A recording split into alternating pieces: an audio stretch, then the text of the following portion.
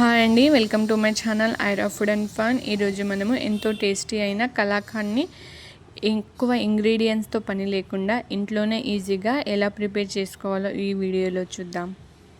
ఇందుకోసం ఒక మందపాటి కడాయిని పెట్టుకొని అందులో 1/2 కప్ పాలను యాడ్ చేసుకోవాలండి.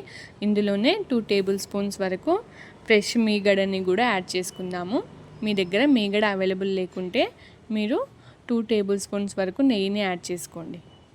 దీన్ని బాగా కలుపుకుందామండి. ఇప్పుడు ఇందులోకి 1/2 కప్ పాలకి 1 కప్ వరకు మిల్క్ పౌడర్ని యాడ్ చేసుకోవాలి.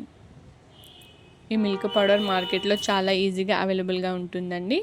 ఇందులోనే 2 స్పూన్స్ వరకు డ్రై ఫ్రూట్స్ పౌడర్ని కూడా యాడ్ చేసుకొని బాగా కలుపుకోవాలండి. ఇలా కలుపుకొని దీన్ని పక్కన పెట్టుకుందామండి. ఇప్పుడు 250 గ్రామ్స్ వరకు పన్నీర్ని తీసుకోవాలి. ఇది హోమ్ మేడ్ పన్నీర్ అండి. మీరు మార్కెట్లో దొరికే పన్నీర్ని అయినా వాడుకోవచ్చు. ఈ పన్నీర్ని మొత్తం తురుముకోవాలండి. ఈ విధంగా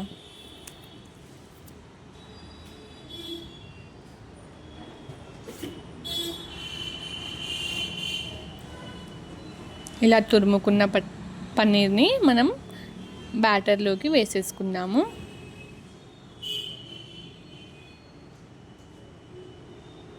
ఇప్పుడు దీన్ని బాగా కలుపుకుందామండి. కలుపుకొని స్టవ్ ఆన్ చేసి స్టవ్ మీద పెట్టుకుందాం.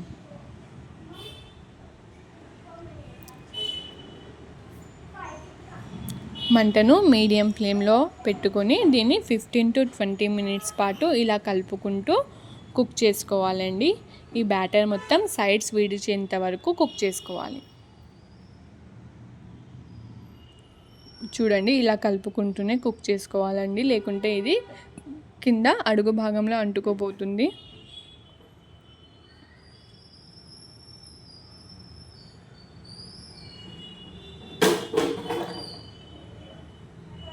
చూడండి, మన బ్యాటర్ థిక్ అయిపోయింది కదా. 15 to 20 మినిట్స్ పడుతుందండి ఇందుకు. ఇప్పుడు ఇందులోకి 5 స్పూన్స్ షుగర్ని కూడా యాడ్ చేసుకుందామండి. మీరు షుగర్ని ఎక్కువ తింటే మీ టేస్ట్ని బట్టి యాడ్ చేసుకోండి. షుగర్ యాడ్ చేసిన తర్వాత దీన్ని బాగా కలుపుకోవాలండి, షుగర్ మొత్తం కలిసేంత వరకు.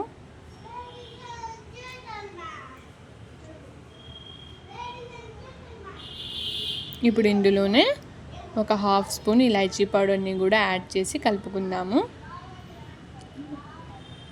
ఇలాచీ పౌడర్ యాడ్ చేసిన తర్వాత ఒక 5 మినిట్స్ పాటు కుక్ చేసుకోవాలండి. చూడండి, ఈ విధంగా టెక్స్చర్ వచ్చేంత వరకు కుక్ చేసుకోవాలి. అంతే అండి, మన కలాకండ్ రెడీ అయిపోయింది. స్టవ్ ఆఫ్ చేసుకొని దీన్ని ఒక ప్లేట్లోకి, గ్రీస్ చేసిన ప్లేట్లోకి ట్రాన్స్ఫర్ చేసుకుందాము. ఇలా నెయ్యితో గ్రీస్ చేసి పక్కన పెట్టుకోవాలండి ఒక ప్లేట్ని. అందులోకి ఈ బ్యాటర్ని వేసేద్దాము. మీరు థిక్నెస్ ఎంత పెట్టాలో దాన్ని బట్టి మీ బ్యాటర్ని స్ప్రెడ్ చేసేసుకోండి. ఇలా ఈవెన్గా స్ప్రెడ్ చేసిన తర్వాత దీనిపైన కట్ చేసి పెట్టుకున్న డ్రై ఫ్రూట్స్ని కూడా వేసేసుకుందాము. ఇలా వేసి ఒక 30 మినిట్స్ పాటు దీన్ని పక్కన పెట్టుకోవాలండి. సెట్ అయ్యేంత వరకు పెట్టుకోవాలి. చూడండి, 30 మినిట్స్ తర్వాత ఇది బాగా సెట్ అయిపోయింది. దీన్ని ఒక నైఫ్ తీసుకొని ఇలా కట్ చేసేసుకోవాలండి. మీకు ఏ షేప్లో కావాలంటే ఆ షేప్లో కట్ చేసుకోవచ్చు. చూడండి, నైఫ్ ఎంత స్మూత్గా కట్ అయిపోతుందో.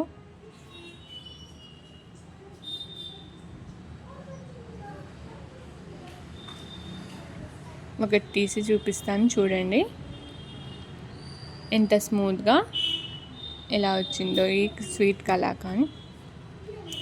అంతే అండి, మన స్వీట్ కలాకండ్ రెడీ అయిపోయింది. మీరు కూడా ఈ రెసిపీని తప్పక ట్రై చేయండి. మన ఛానల్ని లైక్ అండ్ షేర్, సబ్స్క్రైబ్ చేసుకోండి. Thanks for watching.